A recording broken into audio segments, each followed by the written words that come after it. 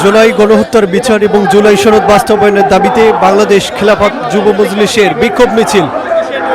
ঢাকা মহানগর দক্ষিণের এই কর্মসূচি এটি বায়তুল মোকাররম থেকে শুরু হয়েছে, উত্তর গেট প্রান্ত থেকে। সেখান থেকে বের হয়ে এখন তারা পল্টনের দিকে এগোচ্ছে আমরা দেখতে পাচ্ছি, এবং তারা তাদের বিভিন্ন দাবি জানাচ্ছেন সাম্প্রতিক প্রসঙ্গে, এবং তাদের যে মূল দাবি সেটি হচ্ছে জুলাই সনদ বাস্তবায়ন। সেটি নিয়ে কিছুক্ষণ আগে বক্তারা তাদের দাবি তুলে ধরেছেন, তারা সরকারের কাছে আবেদন জানিয়েছেন এই প্রসঙ্গে।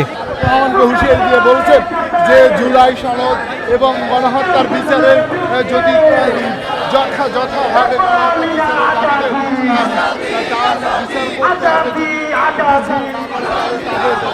কর্মসূচি আসবে এমনটা আমরা জানতে পেরেছি।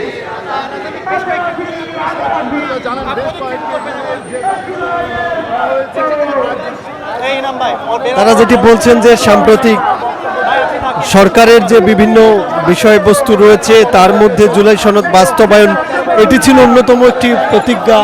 সেই প্রতিজ্ঞা সেই সরকার আসলে বাস্তবায়ন করছেন না। আবার অন্যদিকে যখন সরকার আসলে শপথ নিয়েছিলেন সেখানে একদিকে যেমন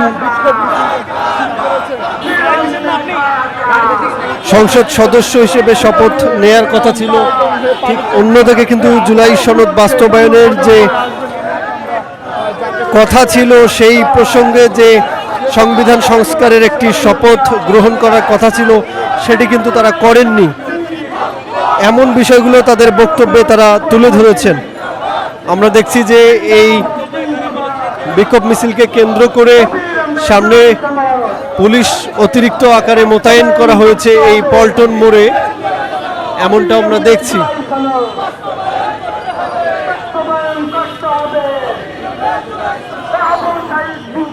তারা এখন স্লোগানে সামনের দিকে এগোচ্ছেন।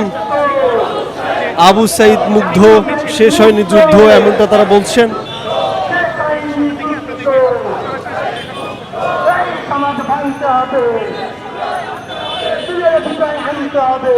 বাংলাদেশ খেলাফত যুব মজলিস ঢাকা মহানগর দক্ষিণের এই কর্মসূচি বিক্ষোভ মিছিল, যেখানে আমরা দেখতে পাচ্ছি যে তাদের নেতা কর্মীরা এই স্লোগানে বিক্ষোভ মিছিলকে এগিয়ে নিয়ে যাচ্ছেন সামনের দিকে আমরা দেখছি।